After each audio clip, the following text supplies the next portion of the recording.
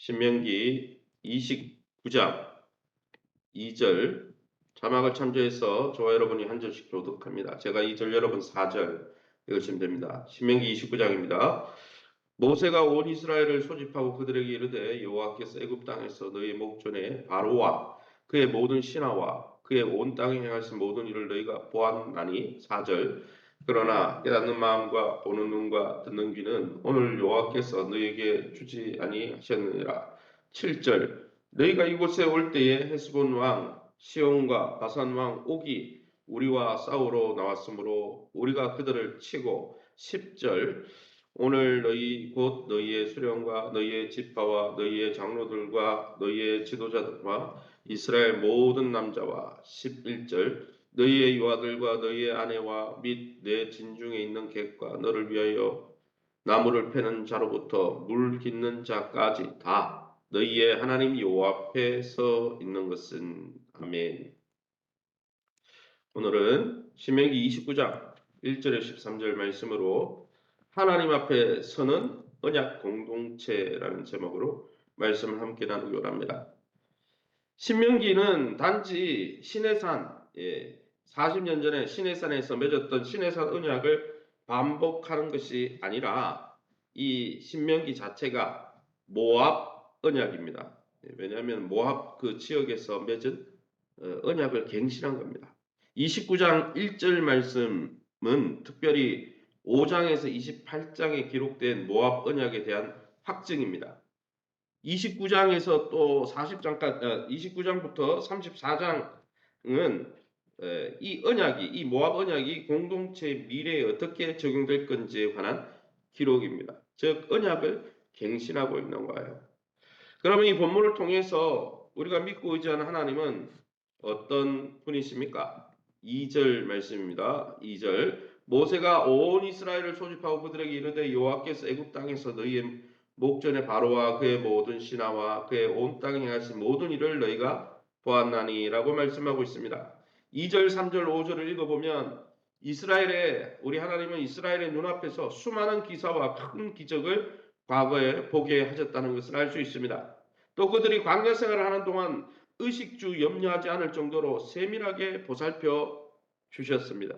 메마른 광야에서 자기 백성을 은총으로 입히신 하나님이 이제 가나안 땅에 들어갈 새로운 세대, 제2세대죠. 1세대는 다 죽었으니까 2세대와도 동일한 은혜의 원리로 함께해 주실 것을 약속하고 있는 것이죠. 사랑하는 성도 여러분, 오늘 우리도 예수 그리스도 안에서 하나님의 백성된 우리에게도 동일하게 적용되는 원리입니다. 오직 하나님을 신뢰하며 나가는 자들에게는 하나님께서 지금도 넉넉히 입히시고 먹이시고 하나님의 백성, 자기 백성에게 돌보신다는 사실을 깨닫고 세상 사람들처럼 아웅다웅 내 힘으로 살아가면서 자신을 찌르고 가족을 찌르는 자가 아니라 날마다 하나님의 풍족한 먹이심과 입히심을 기억하면서 자족하면서 감사하면서 영적인 여유와 마음의 여유를 가지고 주변을 돌아볼 수 있는 저와 여러분 될 수 있기를 예수 이름으로 축원합니다. 오늘 본문 4절입니다. 그러나 깨닫는 마음과 보는 눈과 듣는 귀는 오늘 여호와께서 너에게 주지 아니하셨느니라. 오늘 본문 4절과 6절을 읽어보면 하나님이 여러 가지를 경험하게 하시고 여러 가지 체험을 하게 하셨지만은 자기 백성에게 주지 않으신 것도 있다고 말씀하고 있습니다. 그것이 뭡니까? 깨닫는 마음, 보는 눈, 듣는 귀를 주지 않으셨다는 거예요. 게다가 6절에는 떡과 포도주와 독주를 그들에게 주지 않으셨다 했습니다. 이는 하나님이 이스라엘 백성에게 새로운 마음과 새로운 눈을 열어주셔야 그들이 하나님과 맺은 언약을 깨달을 수 있다는 거예요. 그러니까 우리 안에 생리적으로 태어나면서부터 하나님을 알 수 있는 지혜나 하나님 나라를 사모하는 그러한 지혜를 주신 게 아니라는 거죠. 하나님의 도움이 없으면 깨닫지도 못하고 보지도 못하고 듣지도 못한다는 거예요.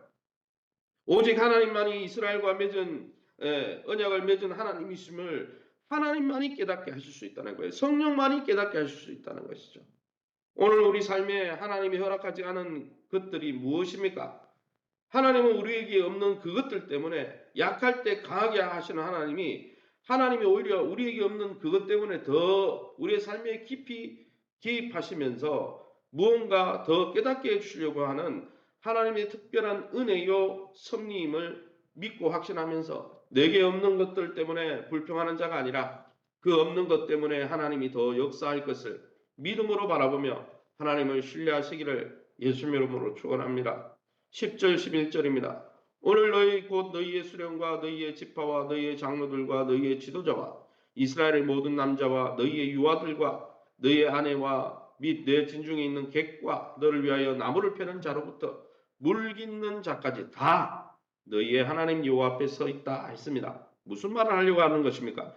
10절부터 13절까지 내용을 읽어보면 자기 백성을 하나님의 백성으로 삼으시는 그 언약에 이스라엘 백성의 모든 공동체원이 참여하게 하셨다는 거예요. 심지어 전쟁에 포로로 끌려와서 성전을 위해서 성막에서 나무 패는 사람, 물 기는 사람, 이거는 종들의 노예들이 하는 것이거든요. 전쟁에서 노예, 기본 족속처럼 노예들이 하는 행동이에요. 그런데 언약을 맺을 때 하나님께서 이들까지 다 포함해서 언약을 맺으시더라는 거예요. 백성의 모든 지도자와 남자들뿐 아니라 여자와 아이들, 그 시대에는 여자와 아이들이 고대 근동에는 더 그렇죠. 예수님 시대에도 여자와 아이들이 그 오병이에 보면 숫자에 안 들어갔잖아요. 그런 소외되지 않도록 여자와 아이들, 심지어 나그네까지, 심지어 외국에서 전쟁에서 승리해서 잡아온 노예까지 다 언약 백성의 대상으로 삼으신다는 거예요. 하나님 나라에 참여할 백성이 충만하게 포함되어 있는 이 말씀이 오늘 우리에게 얼마나 큰 은혜입니까? 하나님이 이렇게 복음과 예수 그리스도 안에서 언약을 맺으실 때 제한을 두지 아니하시고 종이냐 자유자냐 헬라인이냐 유대인이냐 그런 자격과 또 조건을 운운하지 않고 하나님 앞에 나오는 자들과 다 언약을 맺으시는 이 장면은 우리에게 너무나 은혜이죠. 그래서 우리가 복음을 믿게 되고 그래서 우리가 하나님의 자녀가 되는 것이죠. 이것은 또한 뒤집어 놓고 이야기하면 우리가 이 복음을 땅끝까지 증거해야 될 사명도 될 수 있다는 거예요. 우리만 믿어서 되는 게 아니죠. 여러분, 남자만 믿는 게 아니에요. 장로들만 믿는 게 아니에요. 이스라엘 모든 남자뿐 아니라 유아들과 우리 가정에 있는 유아들과 아내와 진중에 있는 개, 지나가는 나그네, 이웃, 또 나무를 패는 자들, 우리가 보기에 사회적으로 소외받고 있는 자들까지, 또 열방에 죽어가는 영혼들까지 다 주님 앞에 돌아와야 되는 거예요. 왜요? 이 나무 패는 자들은 이방인들이잖아요. 이방인들. 사랑하는 성도 여러분, 저와 여러분은 예수 그리스도 안에서 우리를 불러 언약에 참여하게 하신 정말 값없이 은혜를 주신 주님의 은혜를 어떻게 감사하고 있습니다. 그 은혜가 감사해서 그 하나님의 영광을 우리만 누릴 뿐 아니라 어떻게 증거하는데 힘쓰고 있습니까? 사실은 움켜쥐면 움켜질수록 여러분 작아질 수밖에 없어요. 그러나 복음을 가지고 나누고 베풀고 주는 자가 될 때 목사님 나도 지금 믿음 가운데 못 써있는데 무슨 전도입니까? 5월 19일 날 무슨 전도입니까? 8월 초에 무슨 선교입니까? 우리 교회도 할 일이 많은데 여러분 그러면 그럴수록 나누고 베풀어야 되는 거예요. 주라 그래 하면 받으리니 흔들어 넘치도록 부어주리라 하셨고 주는 자가 복되다 했어요. 초대교회를 살펴보면은 초대교회가 자기들이 넘쳐가지고 전한 적 없어요. 오히려 때를 얻든지 못 얻든지 복음을 전하는 일에 힘쓸 때 그 초대교회가 더 왕성하게 성령의 역사 가운데 있었던 것이죠. 오직 성령이 너에게 임하시는 왜 하나님이 예수님이 승천하시면서 마지막 요원으로 성령을 주신다 했습니까? 우리가 잘 먹고 잘 살라고 우리가 성령의 은사를 가지고 다른 사람 앞에 자기를 자랑하거나 우리를 치유하기 위해서가 아니에요. 성령은 복음을 증거하기 위해서 복음과 함께 고난받기 때문에 그 고난에서 승리하고 이 하나님의 나라를 선포하기 위해서 성령이 함께 하시는 것입니다. 그러기에 저와 여러분이 날마다 주의 생명의 복음을 증거하는 일에도 날마다 동참할 수 있기를 예수님 이름으로 축원합니다. 그러면 이 본문을 통해서 우리에게 주시는 교훈이 뭡니까? 7절입니다.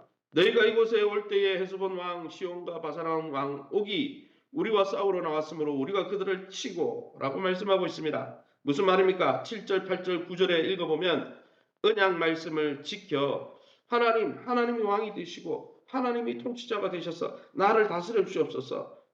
이제는 내가 왕이 아니라 자기 중심적으로 내가 내 중심으로 이렇게 해야지 이렇게 해야지 그렇게 신앙생활하는 자가 아니라 하나님의 뜻대로 가라면 가고 서라면 서겠습니다. 이렇게 언약 말씀을 지켜 행하는 자들에게는 뭐가 있다는 거예요? 승리가 있다는 거예요. 형통의 복이 약속되어 있다는 거예요. 실제적으로 헤스본 왕 시온과 바산 왕 옥은 굉장히 거대한 민족이었습니다. 그들의 침상은 어마어마하게 침대가 길이가 어마어마하게 길다고 성경에 기록되어 있죠. 거인들이었어요. 그러나 이런 거인족과 같은 강대한 민족을 만나도 이스라엘 백성이 하나님의 인도를 잘 받을 때는 전쟁에서 이기고 영토를 차지하고 오히려 넓어졌다는 거예요. 이 영적 원리를 가만히 생각해 보면 지금도 하나님 나의 왕이 되어 주십시오. 하나님이 왕이시고 나의 주인이니까 가라 하면 가고 서라 하면 서겠습니다. 이렇게 하나님의 통치, 하나님을 왕으로 모시고 하나님의 뜻대로 살아가는 자들에게는 똑같은 승리가 약속되어 있다는 것이죠. 그러기에 사랑하는 성도 여러분, 매일매일 우리에게 주시고 명령하시는 하나님 말씀 앞에 성령의 감동 앞에 그 말씀에 순종하는 것이 범사가 잘 되는 일인 줄 알고 하나님의 말씀에 날마다 가라면 가고 내 생각대로 지나가는 것이 아니라 서라면서는 하나님의 말씀대로 순종하며 하나님의 왕으로 모시면서 하나님 주시는 참 승리를 매일매일 경험하는 하나님 나라의 복을 누리시기를 예수 이름으로 축원합니다. 이 시간에 우리 아침에서 기도